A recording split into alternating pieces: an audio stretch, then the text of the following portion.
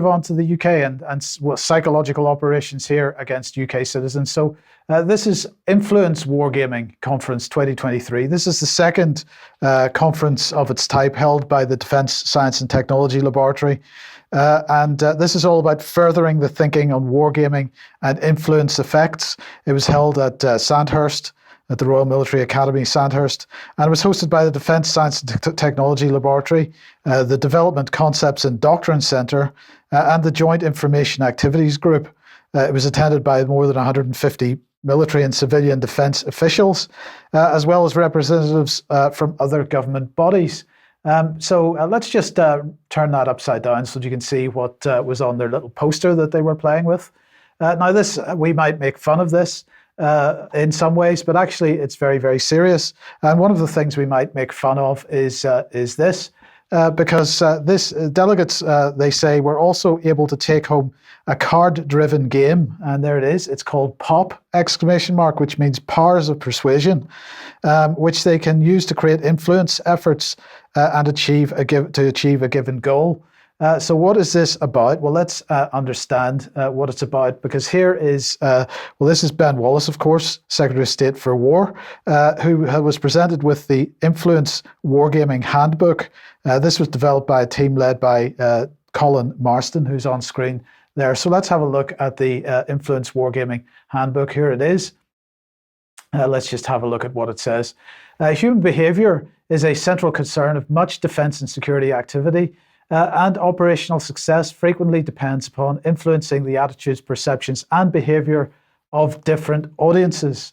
It goes on to say the Influence Wargaming Handbook seeks to explain how wargaming can be used to better represent and explore influence effects across a range of policy, force development, planning, education, and training problems. So what they're talking about is using wargames to develop behavioural techniques to use on various people, including the public, in order to make sure that you have the right defence outcomes at the end of the day. Let's continue with this.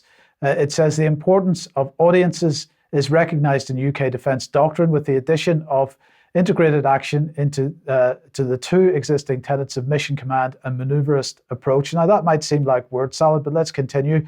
It says integrated action can be described as the audience-centric orchestration of military activities across all operational domains, synchronized with non-military activities to influence the attitude and behavior of selected audiences necessary to achieve successful outcomes. So this is about influence, it's about changing behaviors, it's about changing attitudes, and perhaps the people that are having their behaviors and attitudes being changed won't understand why or how or what changes are happening.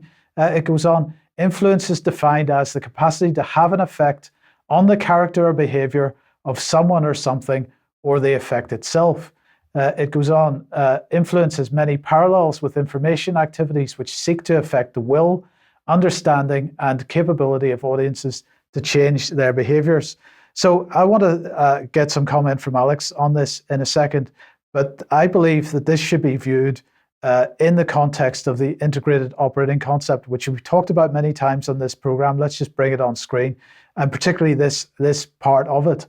Because the integrated operating concept, which forms defence doctrine in this country, is based on the idea that home, that's the UK, is no longer a secure sanctuary where we may choose to launch interventions unhindered.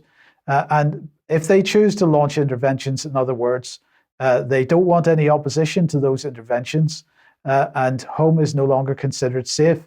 So, Alex, to my mind, this looks very much like a wargaming in order to produce psychological operations against the UK public in order to produce a defence outcome which perhaps the Ministry of Defence and the government would like to see.